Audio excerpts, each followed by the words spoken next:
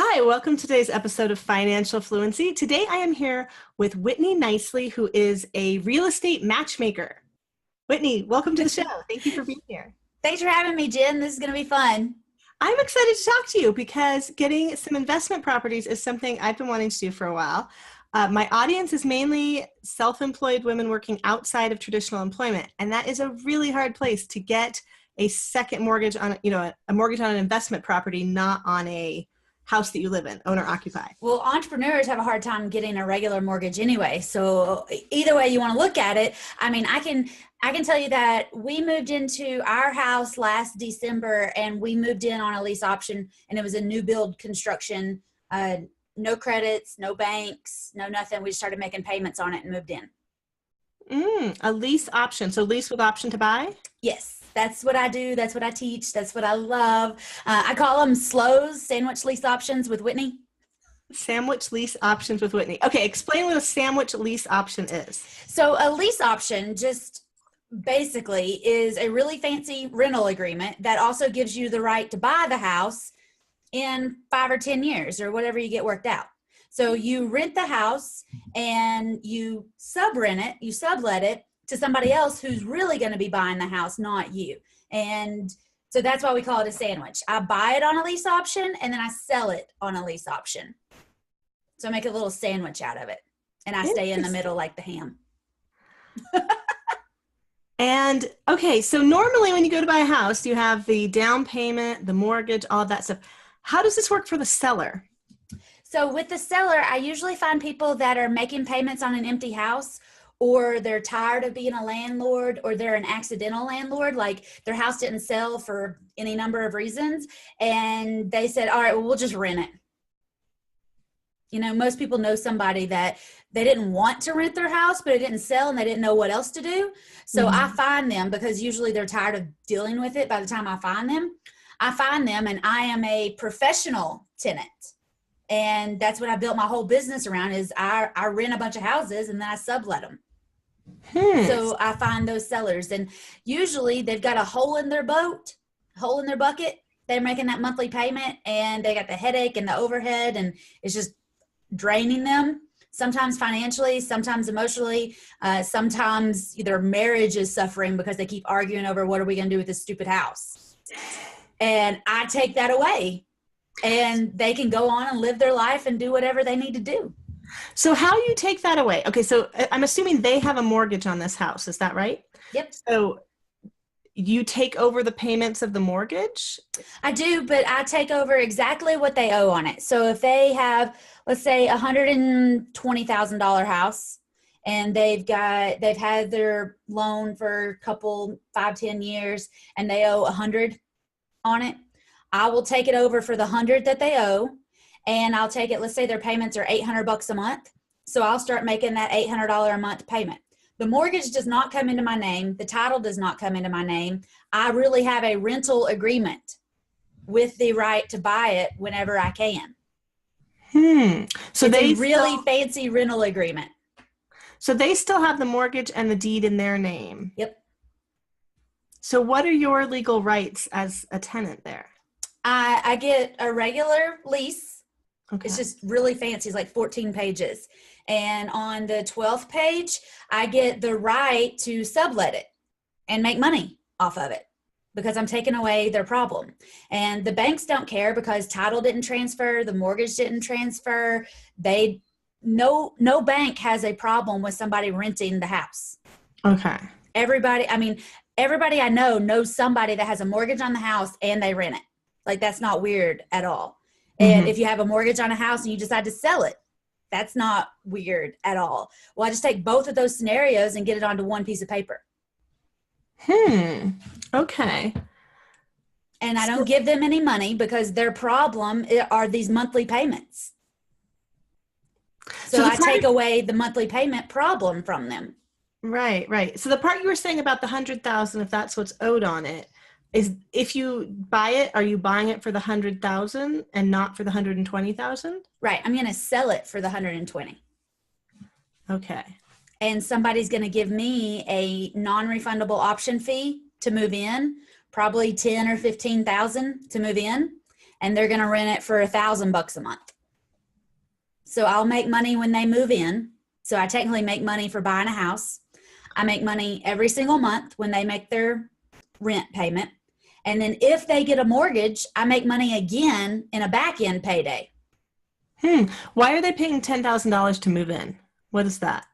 It's their option fee. That's what they pay to be able to live in this house, work on rebuilding their credit, work on getting a mortgage, work on fixing the house. It's their fee for doing this situation that I've created out in the world.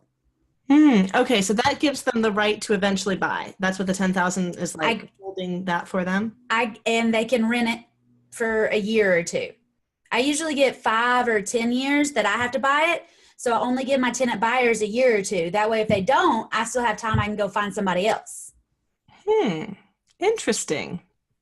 Okay, so it's just kind of like some wiggle room within the whole real estate market. And the reason you haven't ever heard of it is because the government doesn't get those big, checks for property transfer, and they don't get, the mortgage brokers don't get checks, the banks don't get checks, the agents don't get checks. It takes all of those fluff people out of the equation. And I'm an agent, I'm a broker. I get it, whatever, but the government doesn't want you to do these deals because they don't benefit. And I'm not a conspiracy theorist, but I'd be really good if I was.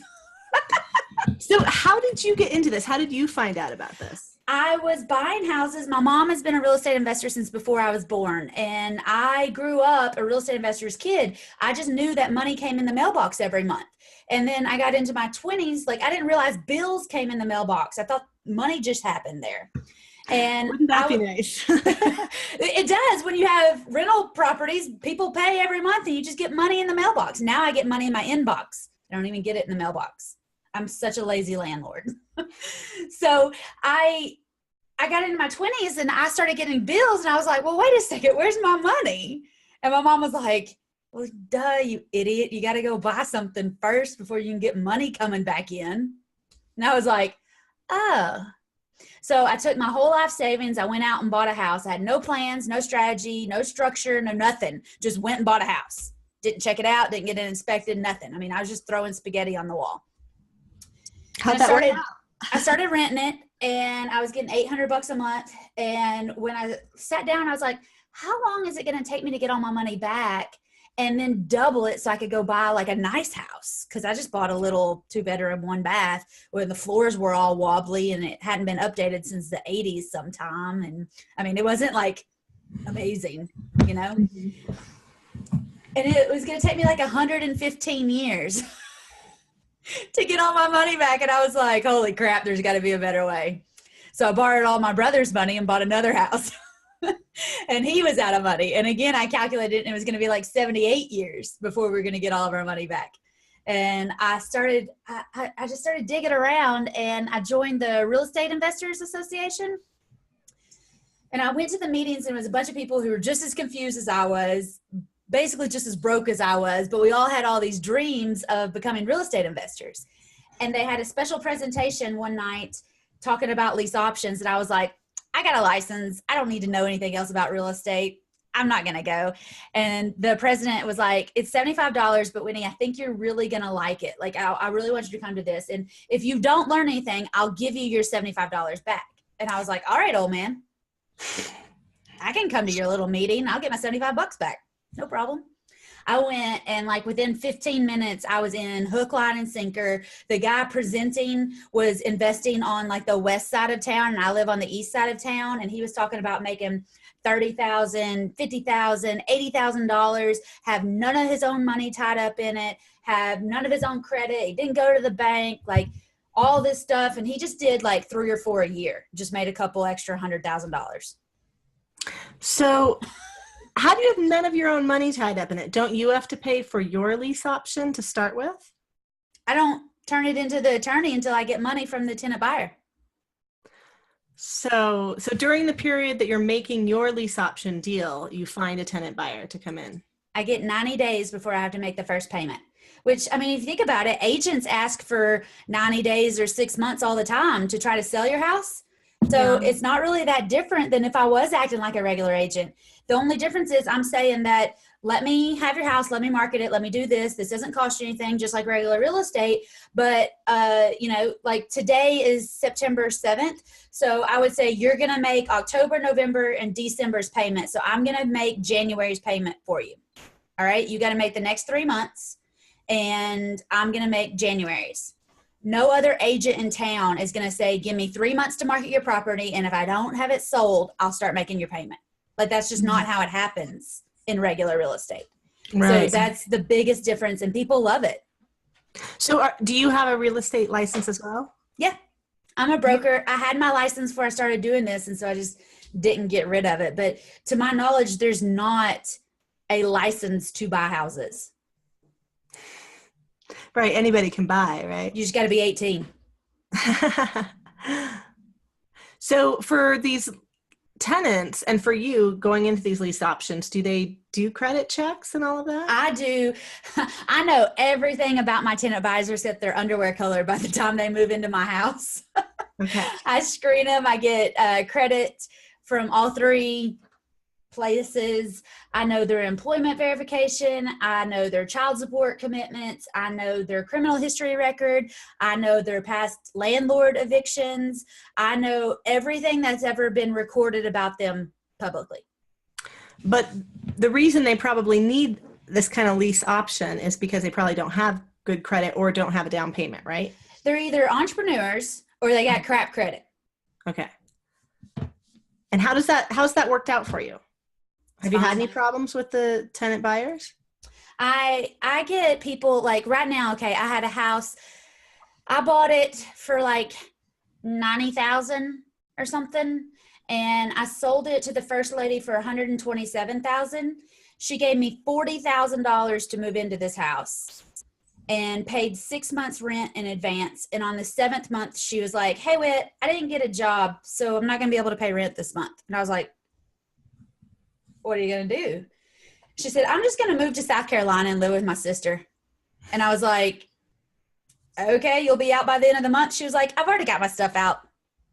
Wow. Okay, bye. So that was the 7th month. By the beginning of the 8th month, I had somebody else give me $10,000 and move into this house. And they moved in last fall sometime. I don't know which month exactly. But in the beginning of August, like 30 days ago, they sent me a text and they were like, hey, we got fired from our job and we're going to go live somewhere else with some friends of ours. Okay. And they moved out yesterday. So they'll give me $10,000. They'll give me $40,000 to move in. They'll pay rent 6 months in advance. They'll pay rent every month for almost a year. And then they'll be like, we decided to go. Bye. So you haven't had any trouble with someone staying and not paying, having to go through eviction and all of that? I had one guy that I had to evict, and then the same house. So the guy that I had to evict, I evicted him in December. I had another couple give me $15,000 in January. And what was funny was the people that moved in January, they got married one weekend. No, they gave me $15,000 one weekend. They got married the next weekend. They moved in the third weekend. And now that was in January of this year. Now we're into September and they are moving out. Apparently he left over the 4th of July. So they made July's rent payment, but they didn't make August payment. And they're moving out this week also. Interesting. But out of 57 deals, I've had to evict one guy. Yeah. That's not bad. I'm just baffled by them paying. I mean, especially the woman who paid $40,000 to have the option to buy the house. I mean, that could be a down payment on a house in a lot of parts of the country. I mean, not the Bay Area. She owed me $90,000 on this. She get or $80,000. She could have mortgaged it. Yeah. But she didn't. And the same with my sellers. Like, it's not my job to judge why they're in this situation or why this is the best situation for them to do. I just make a lot of offers and show them how, a lot of times I talk to people that are free and clear on their house. And I'm able to show them how they're going to make a whole lot more money by letting me make them payments and not have any overhead. A lot of people are used to being landlords. They're used to getting that monthly income, but they don't want to deal with the tenants and the toilets anymore. Well, that's fine. I'll take over that. Hmm. And same with the tenant buyers. So, It's not my job to, judge whether or not they're going to do this or whether or not this is the best for their investment or the best for their life or their family. That's not my job. My job is just to allow them the opportunity to get the dream of home ownership. So if people own their house free and clear, there's no mortgage on it. The payment that you're making is what they would have been getting in rent. What maybe they have been getting in rent, but sometimes it's less because I am taking on the toilets and the tenants and the roof. So if they're getting $800, maybe I'll give them 500. But most of the time, if they're getting 800 and they got to replace a toilet or they got to replace a mailbox or they got to do something every single month, then that gets them down to 700 or 600 every month anyway. So it's not that they're losing a lot of money. It's just that they're probably getting about the same without any of the headaches. Yeah. If they have a down month, then they lose all that income, which throws everything off anyway. I'm saying you're not going to have a down month. If I have a down month, it's not your problem.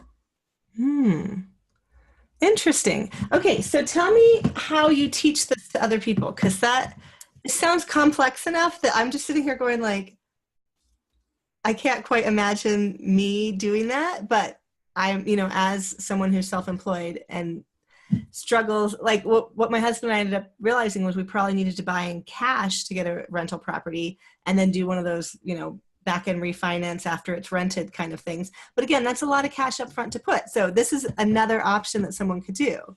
Right? Yeah, because it really takes no money. The first house I did, I wrote them a $10 check because I needed a vested interest. But then I figured out that I didn't really need a vested interest until I was actually moving somebody in. So now if I give them $10 or $100, I put that off for 90 days and I make my down payment due when I have somebody moving in. Have you ever gotten to the end of the 90 days and not been able to get a tenant? Yeah. And I just made the payment. Yeah. Because I know I'm looking at it. It depends on where we are in the calendar. If if my 90 days are due in December, I might be SOL because nobody's doing any kind of fun real estate stuff. I might have to make December's payment. But come January 3rd, 4th, or 5th, when everybody gets their head back together, or 1st of August when school starts, nobody does squat in August. So if I had my first payment due in August, I just have to make it. But in September, when things are normal and back to regular again, I'll have somebody that brings me $10,000 or 15 or 20 or 40 or whatever, and that catches me back up pretty quickly. Okay, so how do you find both the sellers willing to do this and the buyers willing to do this? How does that work? The sellers I talk to are people who are making 2 payments on an empty house, and there's lots of people that would just as soon make a payment. Maybe they got a $300 or $400 or $500 a month payment on this thing, and it's just as easy to just make it and forget about it every single month. They'll just not go on vacation this year because they just don't want to deal with it.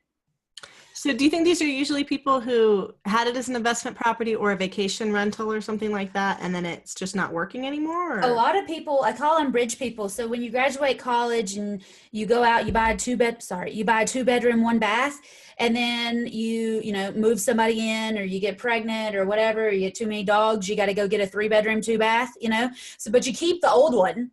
And you got a friend who just needs to rent it for a little while, or somebody who just graduated and they're not really ready to buy yet, so they just rent it for a little while. But then in the meantime, you went and bought another house because you had to move a parent into the basement and you needed this and that and the other, but you still got these other houses kind of back in your bridge, and you're just making payments on it. And then, somebody moves out of one of those houses and like you're working, the kids are in ball, they're in dance, your parent needs you to do this, you're trying to climb the corporate ladder, and you just don't have time to find somebody to rent that thing. Let's just make the mortgage payment. Oh, I didn't do it again this month. We'll just make the mortgage payment. Oh, and then 3 years go by and you've just been making the mortgage payment on an empty house.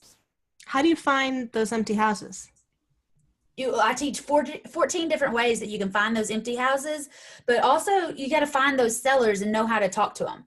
And that's the biggest thing that I get into the psychology of the sellers and Mhm. what they're looking for and what you can say to alleviate their pain and like what you can do to make sure that you are helping them. Like, I don't want anybody to come to my program that doesn't really have a heart to help people, because that's what I do. As a real estate matchmaker, like that's what I do. I help people that are looking for solutions. Hmm. Yeah, because if they're not listing their house, there's not like an easy list. You can just go online and look at Zillow. That's only listed houses that And people I are. stay away from them because Yeah. those agents want to be paid and I don't want to bring any money. Hmm. Okay. But there's So, 14 different ways that you can find these sellers, and a lot of it, most of it is free. My most expensive marketing strategy is a yellow letter campaign, a mailing campaign, and you have to buy a stamp, and that's 49 cents. I don't care where you are, who you are. so just sending letters out to homeowners to see if they're interested in selling. Okay, I get those sometimes. Every now and then it'll be like, "Do you know how high prices are in your neighborhood?" That's so cheesy and scammy. Mine looked like somebody was sitting out in front of an empty house, jotted it down, and dropped a letter in the mail. Oh, okay. All of mine are handwritten. I teach you how to like become a little print shop and make this look like a real person did it, because a real person did do it. Hmm. I get those. I get them on postcards. I get them on yellow letters, and it's obviously like a mass production thing. And they get on my nerves because it doesn't take much to make it genuine-ish. Mm.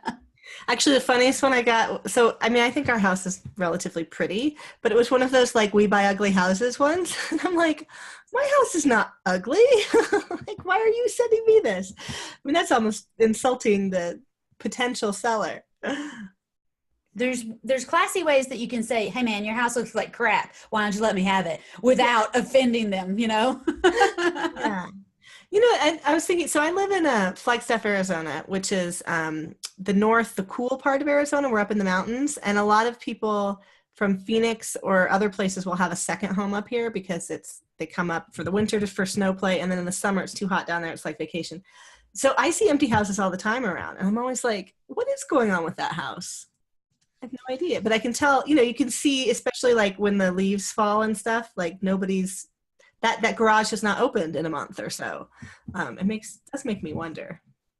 And another good group of people to target, and I don't mean like absolutely go after them, but inherited houses. So if you grew up in little nowhere USA and then you moved to somewhere nice, when mom and dad pass and their house is paid off, you're not going to move back home. You and your brother just want to split it. Mm-hmm. Or if it's just you, and sometimes I say if your parents are really smart, they would set it up so that you would get payments instead of having to get hit with a big inheritance tax. Mm. Or without having to try to manage something from really far away. So inherited people are amazing for this kind of stuff. And a lot of empty houses have been inherited, and they don't care. They didn't pay anything for it. They'll just let it sit and rot. So does that have you looking through like obituaries and tax documents and stuff? No, you can just subscribe and get a list. Okay. I have friends that do probate. They go down to the courthouse and pull the probate list. I did it twice. I got a sinus infection the second time I went because it's just so dusty and dirty in there. So I don't do it. Dead people are not my thing. I like living people. Interesting. Okay. Well, I guess that is a side of, like, you see estate sales. There's a whole industry around when houses need to be emptied. Yeah, I guess that was something I haven't really thought that much about, especially if it's something maybe a little unexpected and the children haven't planned at all. Yeah. There's lots of different ways that you can get a hold of people, or just kind of add it into your everyday life. Like, we're talking to a bunch of women entrepreneurs. You're talking to people all day, every day. And there's ways that you can kind of just float it into the conversation that piques people's interest, because everybody has this little itch about real estate. And if you start to scratch it, they just like start confessing like all this stuff that they'd want to do this and they want to do that. And they've got this. And some people will even say, I got a whole bunch of money. If you get serious and you want to go buy some houses, I'll fund it for you. Okay. I've Let never me go come see what across I can that. find. How much you got? How much are we talking about? What can I go shopping with?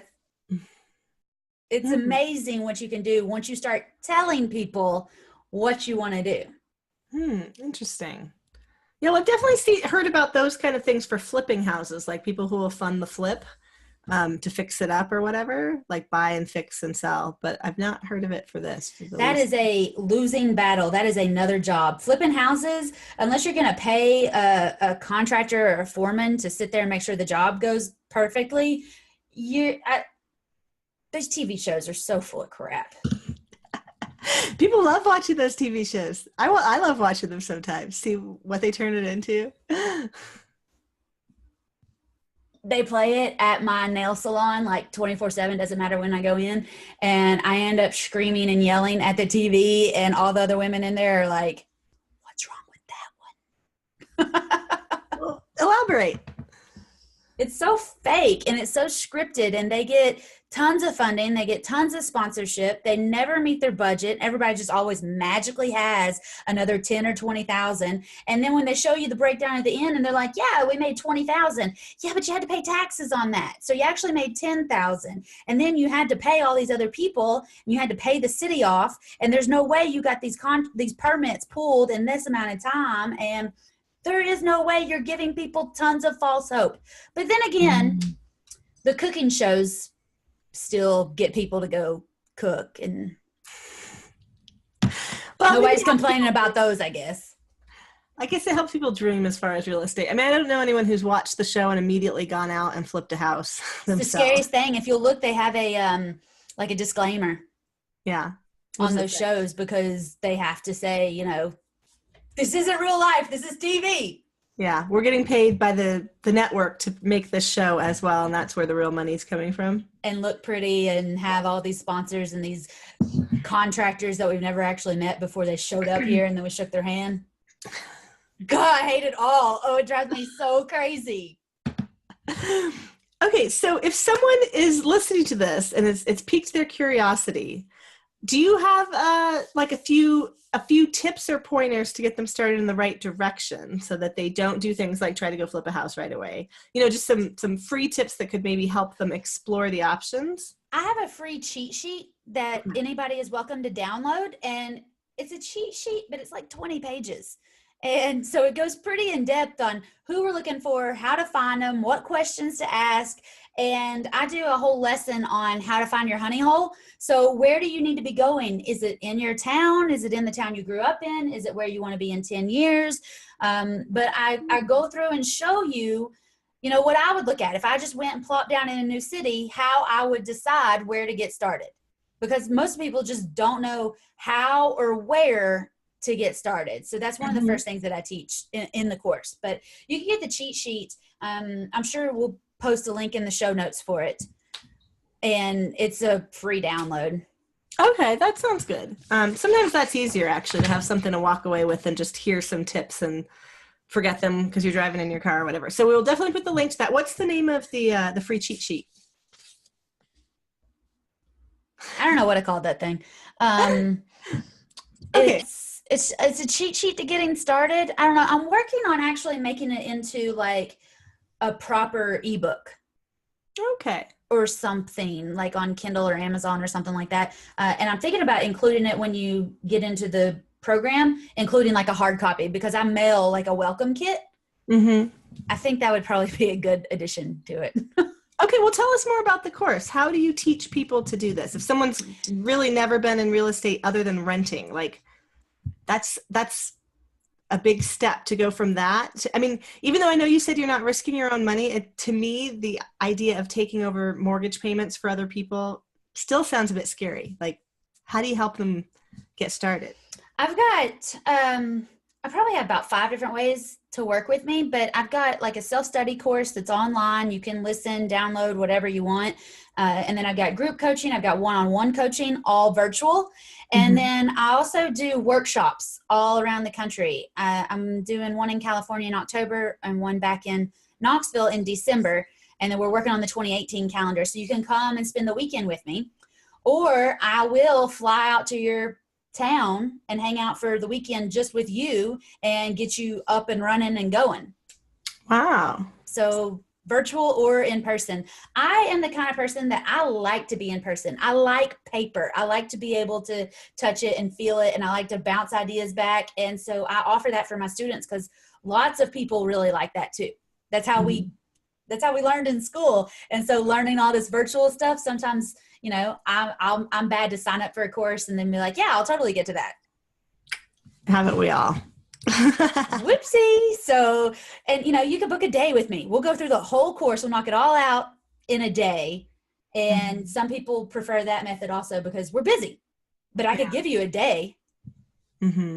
Where are you located? I am in Knoxville. I've got 16 houses, 19 apartments, and all my land, like 7 chunks of land in Knoxville. But my husband lives in Georgia, so I come spend a lot of time in Georgia, and I've got 3 more houses here. Wow. So those are all doing this lease option. Some of them have been cashed out. This year, the 3 houses that I bought in Georgia, I paid $12,000 grand total for all 3 of them. $2,500, $3,000, and $5,500. But not for the deed, though, right? Just to have the all in. How did that explain? How do you do that? I bought the first house for $2,500, mine, and then I sold it for $12,000 on payments. But they gave me $5,000 to move in, so I used $2,500 of the $5,000 that they gave me to cash out the house. So I still didn't have my money invested in it.